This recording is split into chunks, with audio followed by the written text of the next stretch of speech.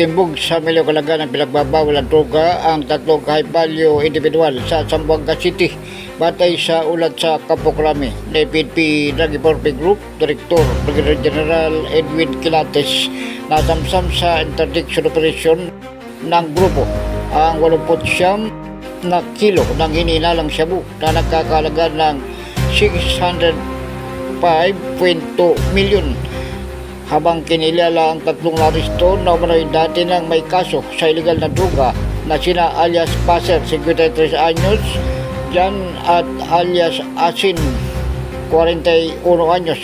Dakong alas 7:47 ng umaga nang masakutin ng pinagsanib na pwersa ng mga operatiba ang mga suspek sa barangay Rio Hondo sa nabanggit na lungsod. Pinuri naman ni Quilates ang mga operatiba at iba pang unit ng pulisya sa matagumpay na operasyon at pagkakakumpiska sa milyong halaga ng droga.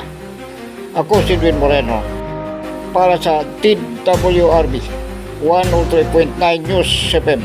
Ikaw ang una.